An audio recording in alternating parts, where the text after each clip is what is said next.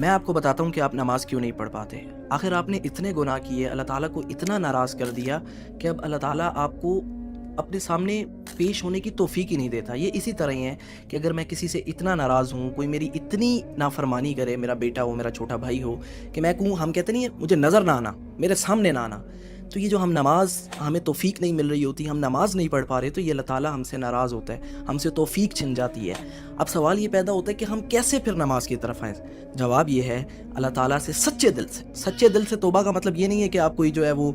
کوئی آپ کو بہت ہی کوئی پیسے دینے پڑیں گے، یا پھر کوئی آپ کو اسپیشل کسی جگہ جدھر بھی آپ بیٹھے ہیں سچے دل سے اللہ تعالیٰ سے معافی مانگیں۔ اے اللہ میں نماز پڑھنا چاہتا ہوں، اے اللہ میں آپ کے ساتھ کنیکشن بلڈ کرنا چاہتا ہوں، اے اللہ میں آپ کے ساتھ تعلق قائم کرنا چاہتا ہوں، اے اللہ میں ان لوگوں پہ رش کرتا ہوں جن کے پاس دنیا کا مال نہیں بھی ہوتا، لیکن وہ جب اذان ہوتی ہے وہ آپ ان کو توفیق دیتے ہیں، وہ آپ سے ملنے جا رہے ہوتے ہیں۔ اے اللہ اس چیز کو میں نماز کی طرف آنا چاہتا ہوں۔ ایک دفعہ آپ نے سچے دل سے توبہ کر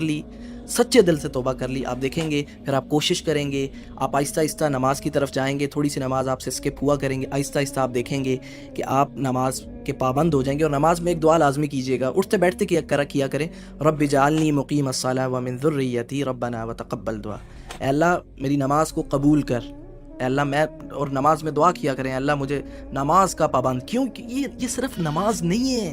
یہ اللہ تعالیٰ سے تعلق ہے، یہ ہم اللہ سے ملنے جا رہے ہوتے ہیں۔ آپ یہ کنسیڈر کریں، آپ اگر کسی پرائم منسٹر سے ملنے جا رہے ہیں، تو آپ اگر نہیں ملنے جا رہے کسی پرائم منسٹر سے، تو اس میں آپ کا نقصان ہے، پرائم منسٹر کا نقصان نہیں ہے۔ تو یہ بڑی گلٹ کی بات ہے کہ اللہ مجھے توفیق کیوں نہیں دے رہا، اللہ مجھے توفیق کیوں، یہ بڑی حیران سوچنے والی بات ہے۔ اس لیے آج ہی سچے دل سے توبہ کریں، اور پھر آپ دیکھیں انشاءاللہ، کوشش کریں آپ کی نماز، اللہ تعالیٰ سے تعلق انشاءاللہ بالکل بہترین ہو جائے گا۔